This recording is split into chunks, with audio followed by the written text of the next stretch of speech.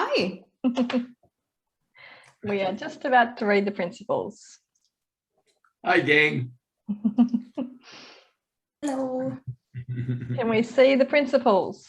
Yes. All right, off you go, Gary. Okay, the purpose of the mastermind is to learn leadership, build teams, and create multiple sources of income together.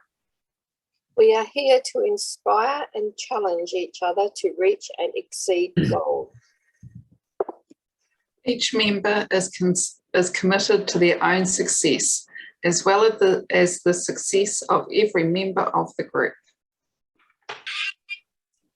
We are committed to meeting in person or virtually for 1 hour every week. We are present. There is no multitasking or distractions during meetings. We are collaborative. We listen without interrupting, lecturing, or judging. Is that me? Yes. We celebrate each other's successes without jealousy. We are honest and participate by giving thoughtful feedback. We are open and listen to different perspectives without being defensive or offering excuses. We trust fellow members enough to share fully. We are focused, but we also think it's important to have fun during meetings. We are real and authentic. This is a no BS zone. We allow ourselves to become completely aligned with each other and the high forces. One mind, one soul, one love.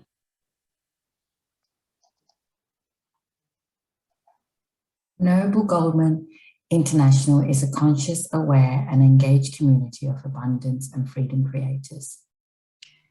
Our mission is to create 1 million millionaires who are free from the time for money paradigm. We focus on creating multiple streams of income through masterminding, team building, and the effective utilization of the internet-based platforms. The mastermind becomes an opportunity for self-mastery, where the self-transcendent shift from the me to the we to the us occurs. As congruence and engagement increases, the world's consciousness is then raised one meaningful and inspired relationship at a time. Woo. Welcome, everyone. And Stan's here now too. He snuck in the back door. Topic for today. We kind of touched on this a little while ago, but I think we keep evolving, and Gary wasn't there for this one that I spoke about. So he'll have a whole new perspective on the importance of storytelling. And it made me think of, Gary, I've actually got your recording of Charismatic Presentations. I think it's a 4 CD collection. And I listen to that all the time. And you've got this story of, I can't remember, it's a turtle or a frog or something. And you've weaved it into the entire weekend, where it's just like you get little snippets and it leads you into the actual topic, and you don't get. What was it, crab? The crab, yeah. Yes.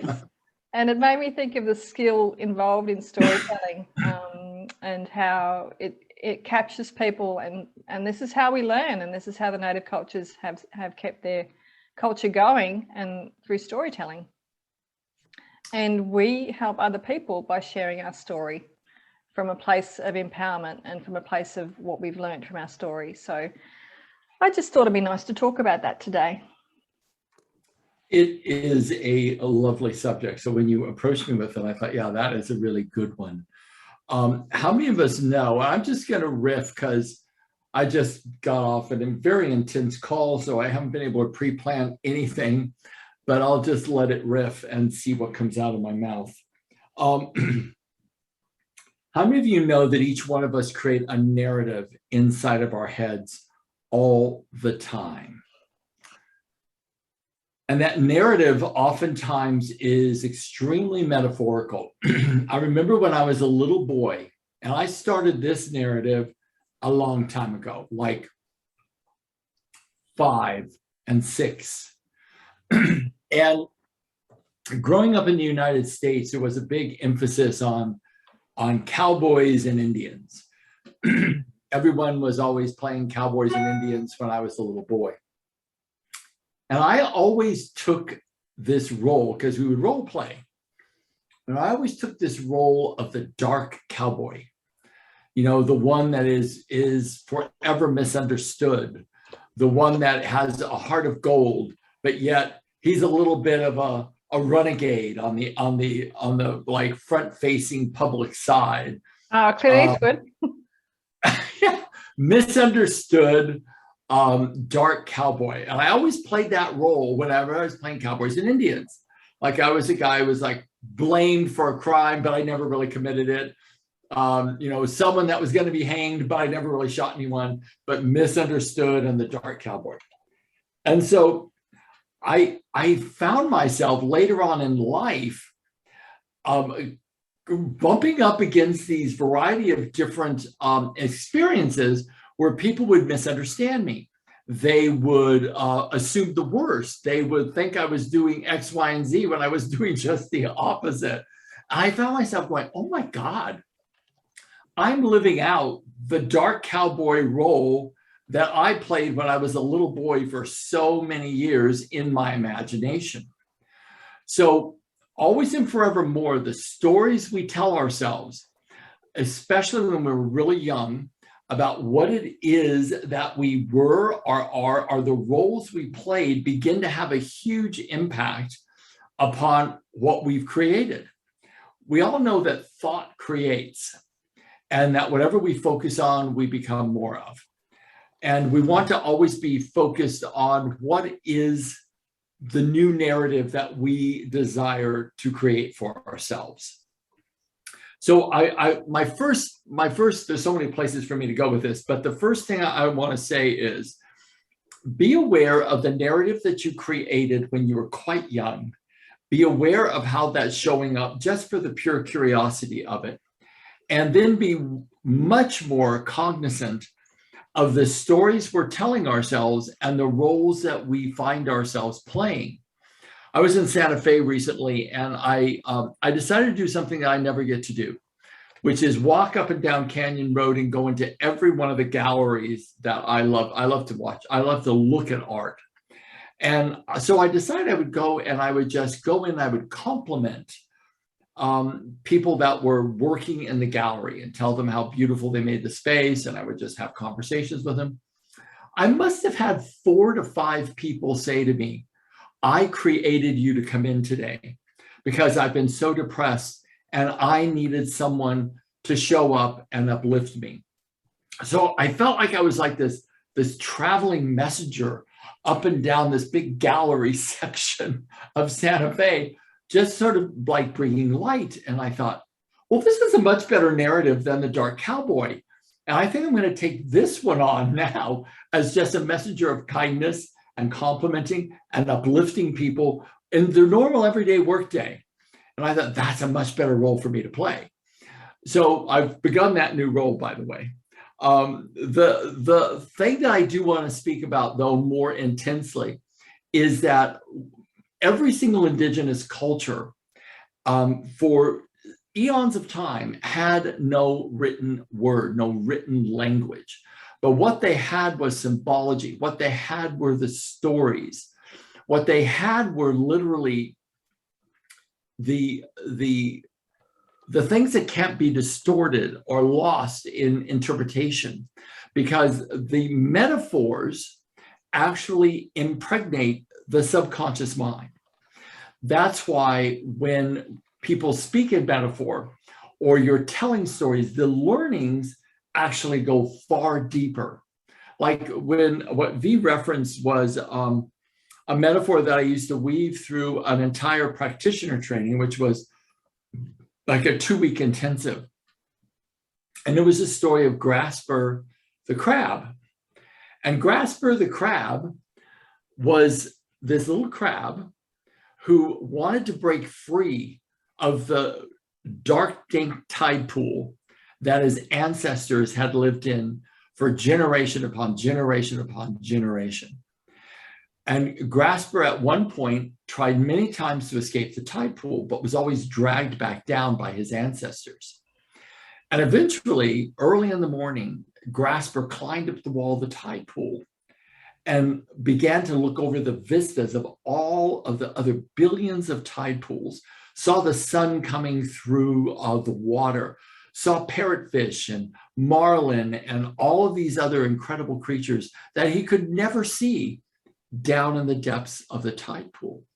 And all he could hear was from his ancestors, his mother, his father, his brothers and his sisters, "Come back, Grasper, come back, you're going to die up there." But he didn't die. And he was in search of what all crabs knew, which was the king crab that granted all wishes, all thoughts, and all prayers. That's how the story began. And it is reminiscent of how our ancestry binds us. We have imprinted our entire family system. We stand on the shoulders of our mothers and fathers who were imprinted by their mothers and fathers, and theirs before them and theirs before them. And it is these old thought forms, these old ways of perceiving the world that no longer serve us who are attempting to be free of the ancestral past, to overcome it. So the whole story of Grasper was about this journey that he took. And every section of the training would resemble the beginning story of Grasper and what Grasper was going to learn on this next leg of his journey.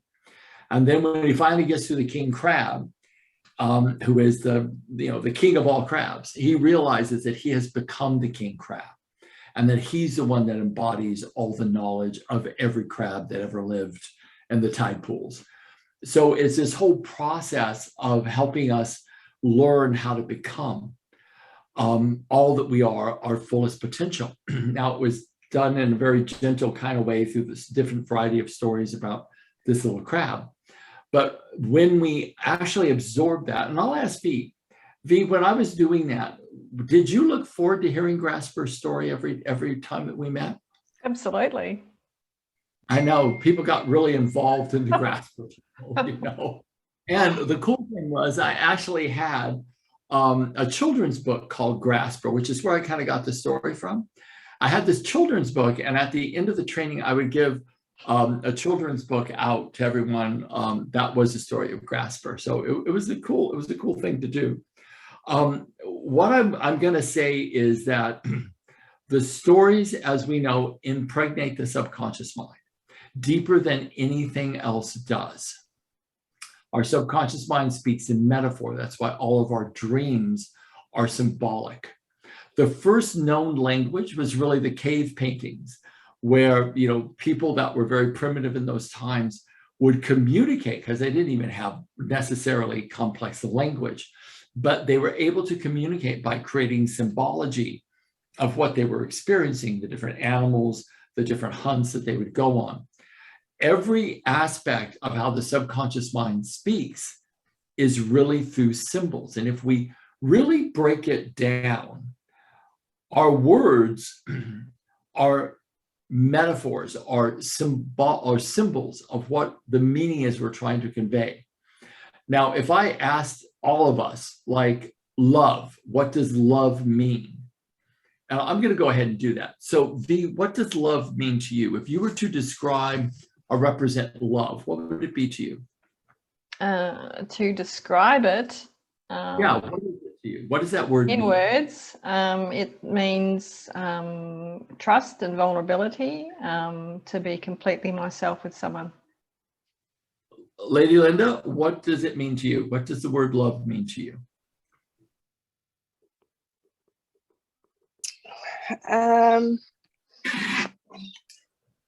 Trust. Joe, what does it mean to you?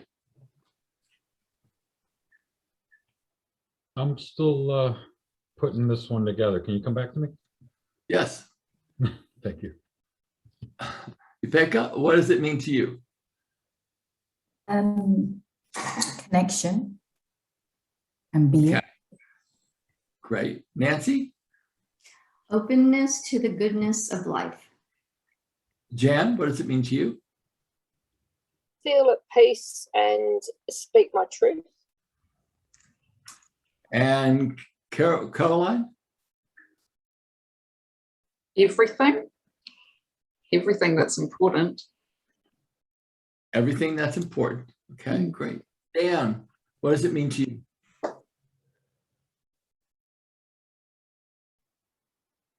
The fellas are struggling with this one. Yeah. Yeah, it's kind of like the taste of sugar. I don't know, like deep connection. Okay, so we had connection mentioned twice. We had trust be one total definition and then part of another definition. The bottom line is each one of us have a different experience of love. Each one of us will describe love thinking that it means the same thing to whoever we speak it to, but it doesn't. It will mean variations of what this broad interpretation of love, but oftentimes words mean different things to different people.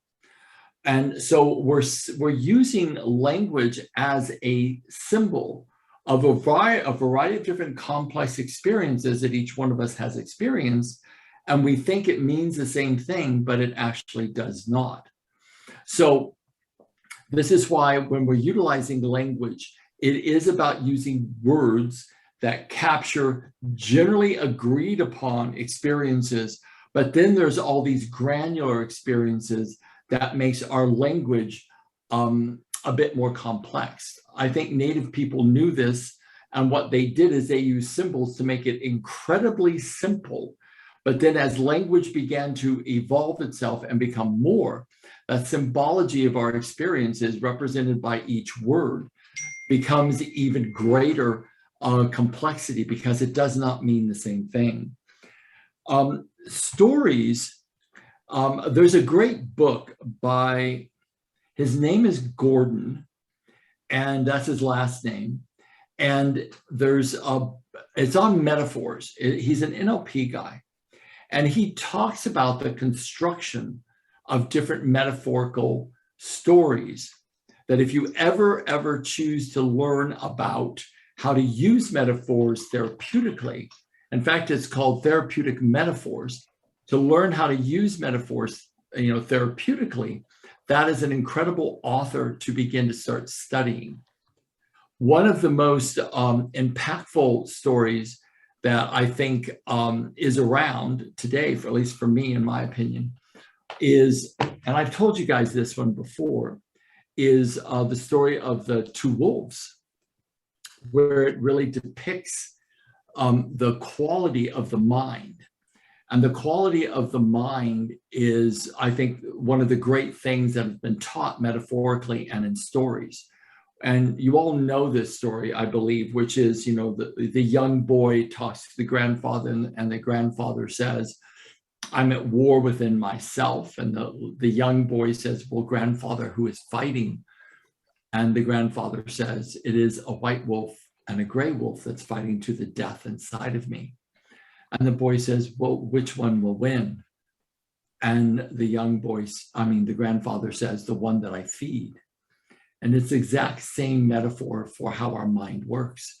Whatever we are contemplating, whether it be our fear or our enlightened power, whichever we are fully focused on, that is what we make stronger.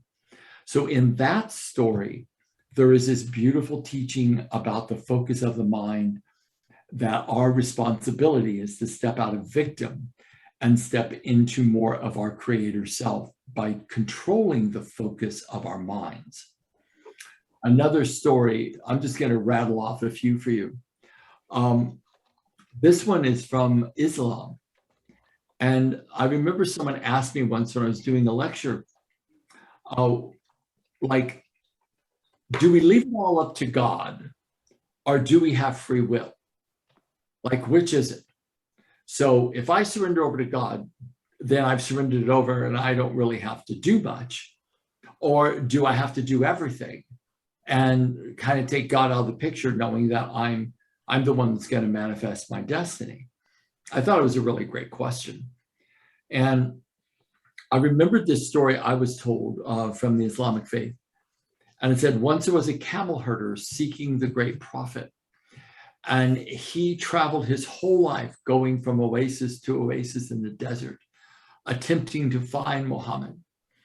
And he said one day when he was very old, he came across the great prophet at an oasis and walked up to the great prophet very humbly and said, "O great prophet, I have only one burning question to ask you that would solve the riddle of my life." And the prophet said, "Well, ask it, brother." And the camel herder said, "Should I tie the legs of my camels at night? Or should I have faith in Allah that they will be there in the morning?" And Muhammad said, "Tie the legs of your camels, brother, and have faith in Allah that they will be there in the morning." Meaning, do your work towards your own enlightenment. Do your work in the world and surrender those results over to something higher than you. This is not the spiritual path is not a passive path. It's a warrior's path. And that means the battle is not really a battle, but it is the determination of how you direct your focus. And personally, I found that one metaphor tremendously incredible. So metaphors begin to teach these very, very simple lessons. Should I tell you another one? Yeah. So here's another one. I used to tell this one a lot. Once there was a seeker seeking God, and he had a very clever idea that he knew that there was a wishing tree, which was a magical tree, that if you sat underneath it and leaned your back against the trunk, that whatever you wish for would manifest instantaneously. So he seeks his whole life. And one day in the Himalayas, in an ancient valley, he walked into the valley, and in this meadow was a tree that he knew was a wishing tree. He ran to it and leaned his back up against it. And forgetting, of course, that he was asking to only have the realization of God, he said, "What I wish for is an incredible palace made of gold that is all mine." And as soon as he had the thought, a palace appeared. And he walked through the golden halls of the palace and all the fountains and the gardens. And he said, "Oh, something's missing. What could it be?" So he goes back to the tree and he leans his back up against the tree. And he says, "What I wish for now is a beautiful princess to be my bride to inhabit this palace." So as soon as he had the thought, beautiful princess appears. And then he said, "Oh my God, but now we're hungry. I wish for a giant banquet to feed us." As soon as he had the thought, a giant banquet appeared. But before he took his back off the tree, he had a thought. And the thought was, "Oh my God, everything I'm thinking about is manifesting. There must be a monster behind this." And as soon as he had the thought, a monster appeared. And then he said, "Oh my God, it's got long flesh-tearing teeth. It's going to devour me." And as soon as he had the thought, he was devoured. Now, very rarely do people think about or even ask about, well, what about the princess? So the princess sees all this that's occurring. So she runs up to the old guy who's half eaten, kicks his body off to the side, throws herself up against a tree and says, "I wish now that the monster be gone." As soon as she had the thought, the monster disappeared. And then she said, "A cross between Chris Hemsworth and maybe Brad Pitt, I desire now a prince for me." And as soon as she had the thought, a prince appeared. But here's the metaphor. The trunk of the tree is a spinal column. The left and right hemispheres of the brain is the canopy of the tree. And whatever you consistently think about manifests in the metaphor of time. So all of these stories are about teaching about the mind, teaching about our position in life and what we have to do. Yes, we have a destiny, but we also have to produce extreme action and take that action out in the world and create ourselves as well. Then surrender over those results. The story of the crab is about the crab about us leaving our ancestral imprints behind and doing things that extend us beyond our boundaries of comfort, that take us outside this arena of, what's the word? Comfort and mediocrity, and has us do something that stretches us and creates new adventures and builds the muscle of innovation and experimentation. So these are just a few of the metaphors and how those metaphors begin to start teaching us in story. And simply because story is how it's language, the subconscious mind's language is symbology and story, and everything that we dream is metaphorically represented. How many of you have ever had profound dreams that when you wake up, you go, oh my God, that was the most incredible dream? How many of us have ever had that? And you know that at some level, your subconscious mind is speaking volumes to you. And to listen, because when we can actually befriend the subconscious mind and begin to start working our way into understanding what it's attempting to reveal to us, the greater power we begin to have. And I think serenity as well. So I have an idea that just came to me that I think would be very cool. Since obviously you can't talk about stories without talking about the subconscious mind. So if you were going to make friends with anyone, would we all agree that we'd want to know our friend's name? That's just logical, is it not? So I have a question for you. Let's close our eyes for a minute and become quite still. And because this is such a wonderful way of being able to make friends with your subconscious mind and to find out the name of your subconscious mind, because your subconscious mind has a name. And in a moment, I'm going to ask this question, and I'd like you to imagine that you are speaking directly to your subconscious and you are asking it for its name that it would like to be called so that you could make a deeper, more profound alliance with it.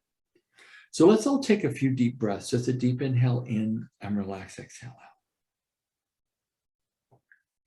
And as you breathe, just allow yourself the opportunity to just focus on the inside. And as you focus there, knowing that your subconscious mind is always listening and desires a relationship with you at a deeper level. So as you continue to listen and breathe and drop down, every word I speak, every breath you take will assist your subconscious mind in becoming more alert of your presence, your desire, and your willingness to create a deeper, more profound relationship with it. So as you sit there and listen, ask your subconscious mind, what is the name you would like me to call you? And take the first name up. Keep asking until the name comes.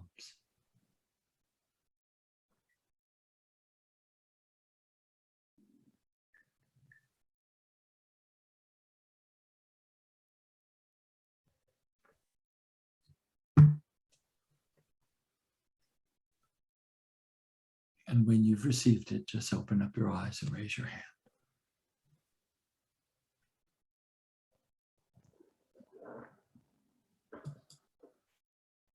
Okay.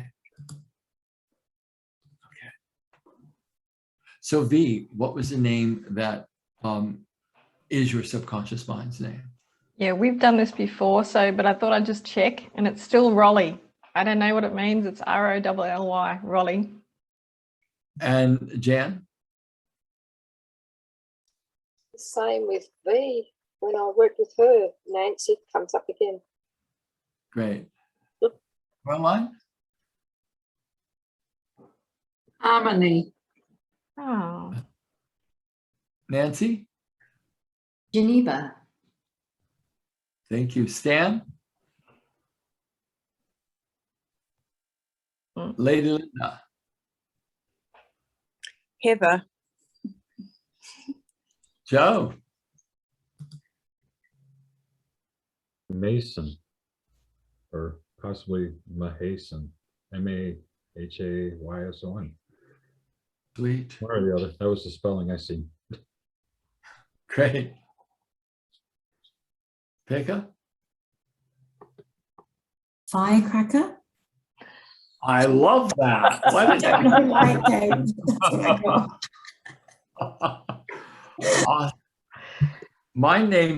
My subconscious mind's name is Phil, but it's spelled F-I-L-L, which I think is very curious. So I want to do this again just to check it out, because it is possible that it changes. Now, here's the deal, gang. Have you ever gone to sleep at night in worry or trying to solve a problem that you haven't been able to solve with your conscious mind? Has anyone ever done that? If you ever find yourself in that state, go to sleep, and the thing that you go to sleep in, you go into sleep in the question of resolving that particular issue. Are y'all with me? Mm-hmm. Go to sleep in the question, asking your subconscious mind the question, how do I resolve this? What's the answer to the resolution here? Joe was shaking his head. What was that about, Joe? Oh, we're going to find out. I was saying it's those things that keep me from sleeping at night when, I mean, I've tried asking the questions. I've tried asking my brain just to shut up. But yeah, those questions are what usually keep me up. Well, here's the question to ask, because you can't resolve it with your conscious mind, which is what you're attempting to do. So what you do is you surrender it over to your subconscious and your higher self, and you say, give me the answer, or resolve this, bring the answer to me in my dream states tonight or in the morning tomorrow morning. Okay. I had a story I wanted to tell you guys about this very thing. This is why, because our subconscious mind, the whole aspect of stories is really, again, I'll go back to the language of the subconscious. I had an experience with a client, which was very interesting. And I've been working with some NFL football players for whatever reason. They found me somehow. And I was working with this one guy, and he said, I want to buy 8 sessions for my girlfriend. I'm like, okay, cool. So he goes, well, let me introduce you. So he takes the phone and he's walking through his house with me on the phone. I'm thinking, this is weird. Why don't you just call her to the computer and let me talk to her there? But he doesn't do that. And he walks into a room and she's in bed with her little girl, which I thought, oh, this is awkward, you know? And then the little girl's like in 80% of the frame that I can see, which they don't know that I am seeing 80% of the little girl's face. So I start talking to the little girl, you know, kind of little baby talk, because, you know, she's only like 3 and she's cute as a button. I'm talking to her and she's giggling and all that, smiling, but still the mother can't see the little girl's expression on her face. And then he goes and places it in front of his girlfriend, and she turns her back to me and will not speak to me. And then he looks at it and has no expression on his face and walks out the door. And he said, I'll be calling you. And then we're off the call. And I go to sleep and I think, that was the weirdest experience I've ever had. And then I thought, well, maybe she was really mad at him for coming into the room. That's what I was thinking. So I go to sleep and I'm fine with it. The next day, it's still bothering me. So I go to sleep at night thinking about, okay, what really happened there? Because if I did something to offend, I want to be able to clean it up, right? So I'm really thinking about, what was that? That was so odd. And then in the middle of the night, about 3 a.m, my subconscious mind goes, Gary, this is what happened. She thought you were talking baby talk to her, because she had no idea that her little girl was what all you could see. About 80% of the frame of what you were seeing was her little girl. So she thought that I was talking baby talk to her, which would have been infinitely offensive, of course. And then I thought, oh my God, I can't believe that that happened. So anyways, I wrote him a very extensive email and apologized if I caused any offense unknowingly. And then said, well, you know, now it's like, you know, I've made my apology. I've explained why I did what I did. Still haven't heard back from them, but I feel much better because I finally got what it was, and I could release it then. But until I found out what it was, I couldn't release it. I was thought possessed by it. Anybody ever been thought possessed by something that you couldn't resolve and you didn't understand? So, because the subconscious mind will absolutely answer you. And if you go to sleep, stop trying to figuring it out, surrender it over to a higher power, ask your subconscious mind to communicate to you. Then you have a vehicle to get more information that's not rattled around by your conscious mind. I know I presented this to you guys before, but it bears repeating because it again is about stories and symbols. In the Hawaiian tradition, there are 3 selves: the Unilipili, which is an unconscious mind; the Uhane, who is the conscious mind; and the Kane, which is the high self. In Hawaii, if you ever get the opportunity to go to the Big Island, there is a place called Honaunau, which is the city of refuge.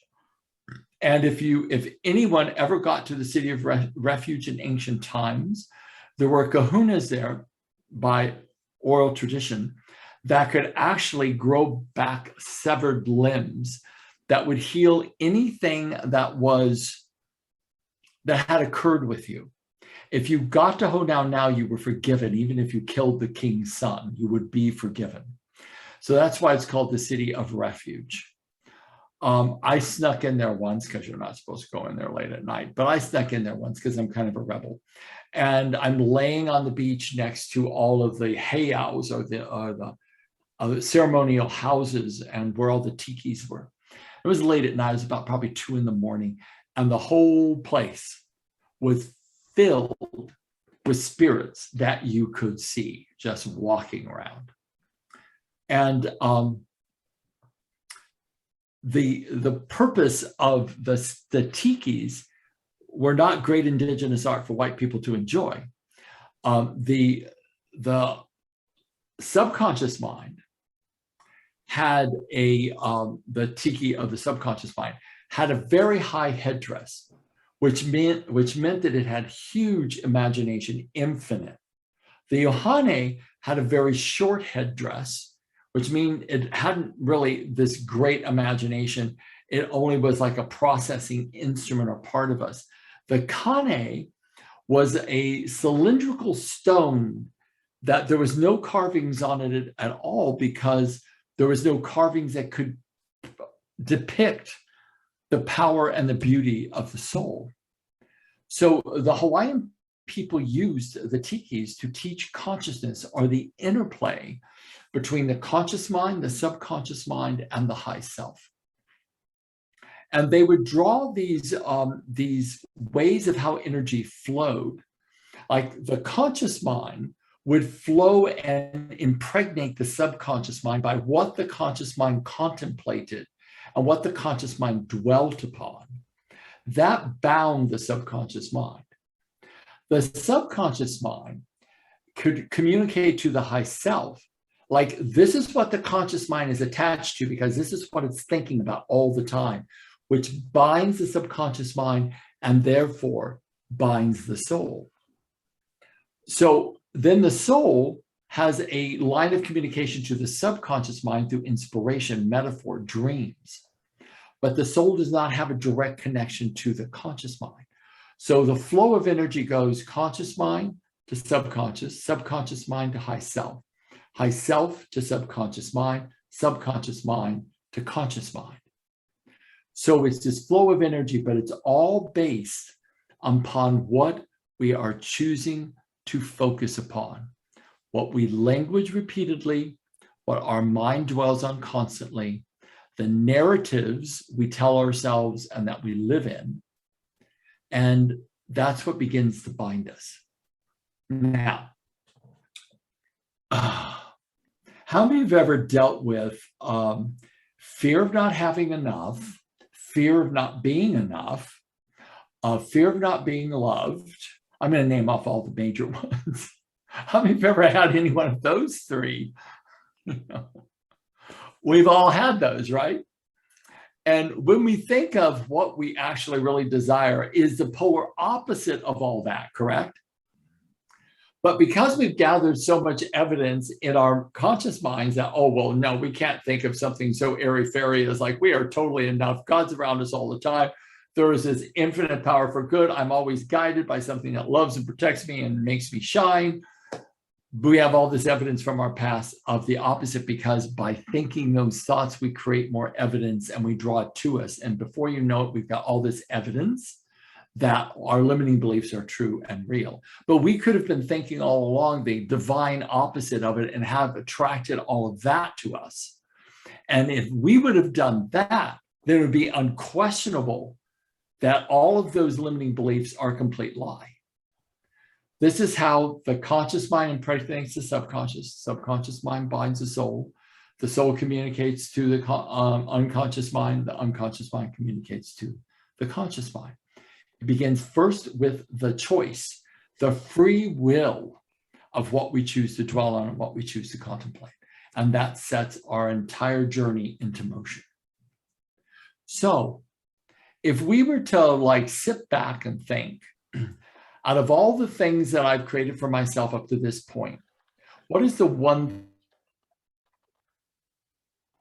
thing, Tuesday, that I was going to actively, ardently contemplate, state, and repeat to myself and focus on so I could create more of that? What would that be? So, Joe, since I have you up on my screen, what would it be that if you wanted to actually use your conscious mind to impregnate your subconscious mind and be sure to call him by name so that it freed more of who you're desiring to be, what would it be that you would focus on for yourself? Well, I don't know how closely this applies, but I feel I've been doing something similar for a little while now, where I keep reminding myself or telling myself that only good things are before me. That way I'm only seeing the good things before me, the things to better myself, to better my life, situation, whatever it may be. And we all know bad things happen, but I still only see the good things before me. When those bad things, because the bad things are only bad things when we have a divided mind and see them as bad, they could be actually one of the most essential things on the good journey to the you that you desire to become more of. And honestly, the bad things that I speak of, they're really more like just a lesson now, like oh, I should do that this way next time. It's not really seen as a negative or a lower vibration or just devastating, oh my God, I'm going to die or something. It's just a good thing wrapped in a pretty little package for me. Sweet. And that is a absolutely incredible way to actually approach life, my friend. I'm learning. We all are. We're all in the same boat. You pick up? Sorry, Gary, I got lost in Joe's, I can't remember the answer, the question. The question of what is the thing that you want to focus on, that you want to become more of, and that you can commit to focusing on for this next week? I think what I need to focus on is knowing I'm enough. Say that again. Knowing that I'm enough and that I can do anything that I choose to do. Good. I'm going to add something to that if you're willing. Knowing that you're enough and you can do anything that that you choose to do. Within that, I don't know why I want to say this to you, but when you surrender your life over to a higher power and ask to be of service,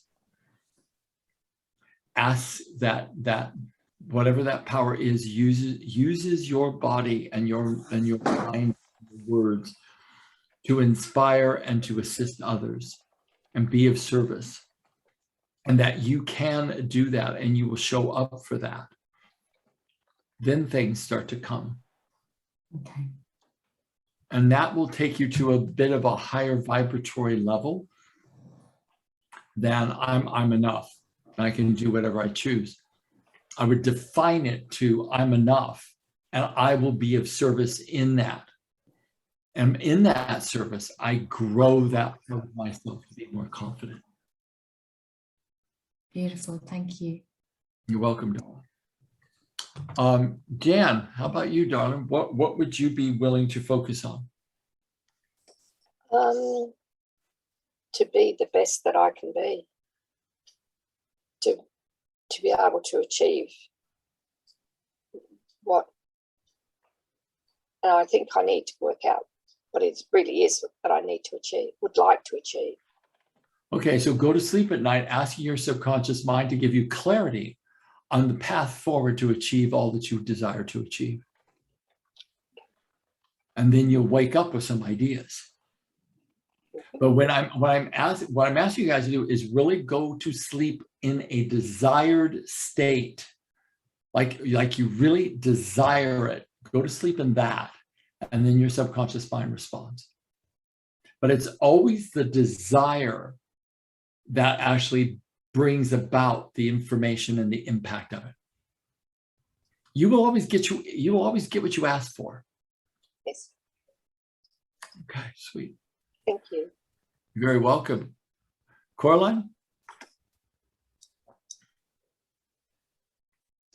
Related to what Joe was saying, there's also another Abraham Hicks thing, is you can never get it wrong and you can never get it done. But then you talked some more and you were saying, how can I be of service? I think I'm going to stick with that. It's real simple. Yeah, I like simple. I like it a lot. Simple too. I'm not like sharp as knife in the drawer here. So I like it really, really simple for me. Okay, sweet. I think that's awesome. And Nancy, what would be the thing that you would focus on? Unmute yourself, Nancy. That I would like to gather momentum toward achieving my desires. And I realize that my fear of momentum has really prevented me in the past. And speaking of dreams, many, many dreams of the brakes going out in my car or driving a huge bus and I can't stop it.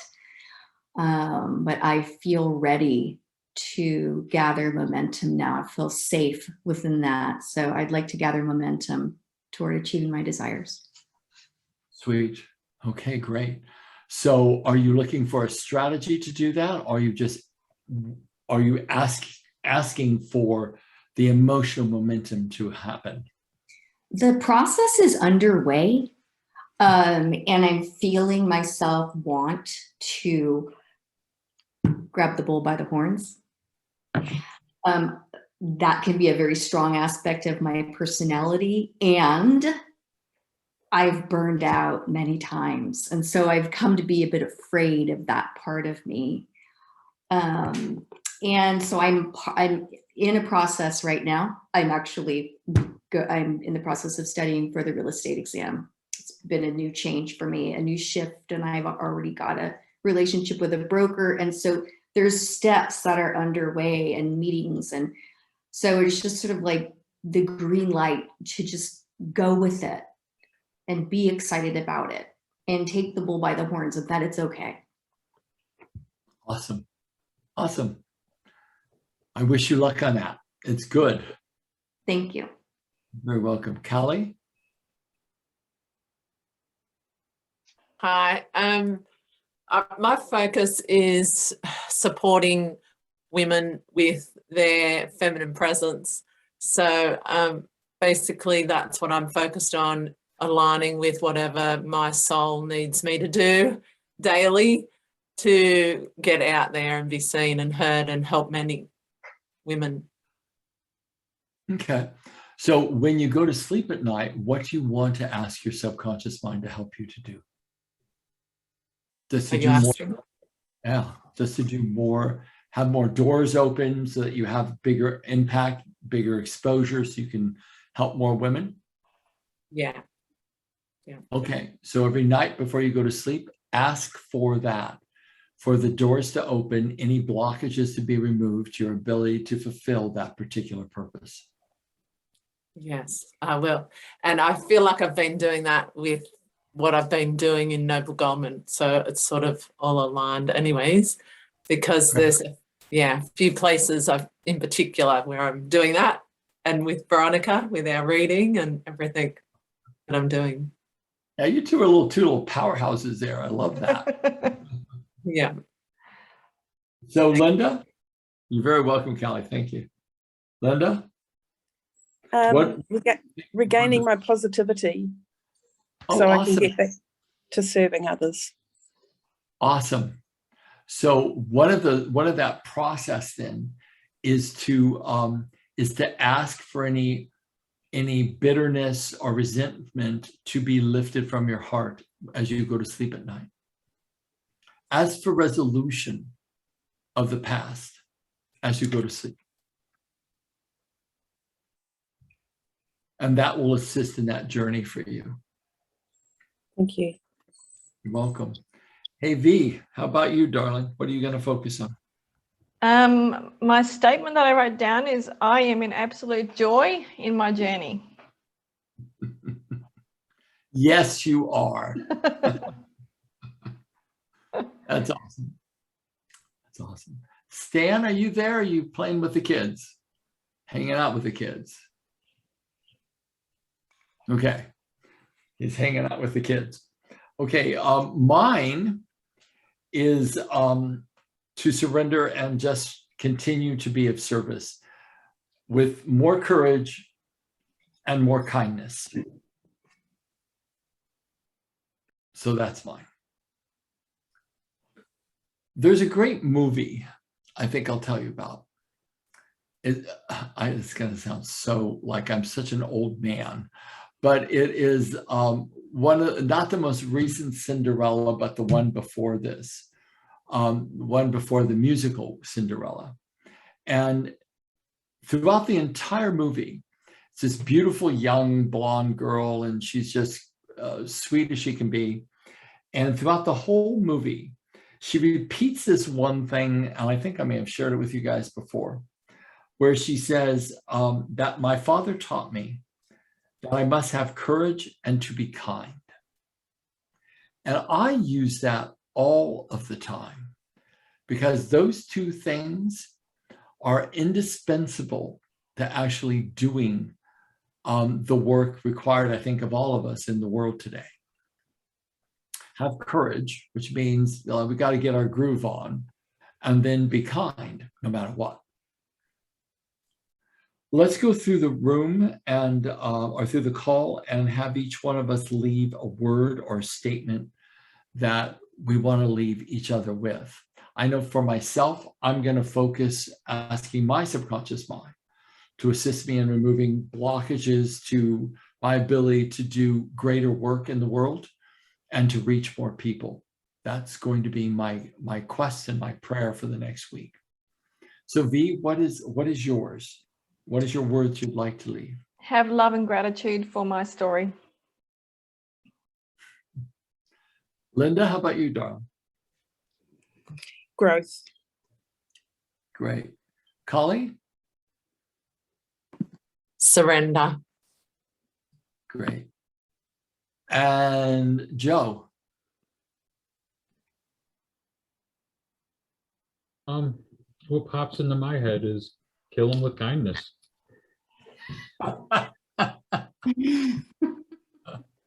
Jan, how about you? Clarity. Awesome. Nancy? Courage. My word is strength. Yupika, did you have a word? Now, where's Yupika? I'm here. Oh. Hi. Do the work and surrender. Nice. And Coralie, did you? Carolee Yes. too. This piece of paper just sprang out in front of me and it says, don't tell God about your problems, tell your problems about God. I love that. I love that. That's awesome. Mm. And I don't know if Stan's back, but it doesn't look like he is. He has No, his I little... think he's stuck. Okay, gang. I want to thank you all for showing up. I hope you got some value, and we will rock and roll next week. Thank you. Thank you, everybody. Thanks, Gary. Thank you. Bye. Bye. See ya. Bye. Bye.